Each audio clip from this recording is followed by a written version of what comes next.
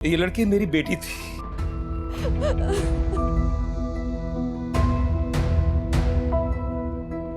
लेकिन अब इससे मेरा कोई ताल्लुक नहीं है।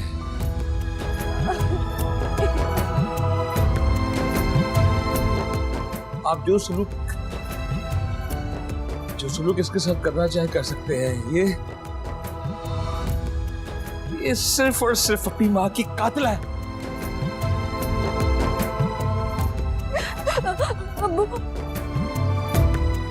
अबू प्लीज प्लीज मुझे माफ कर दे। अबू प्लीज मुझे माफ कर दे। अबू प्लीज अबू मुझे अपने साथ ले चल।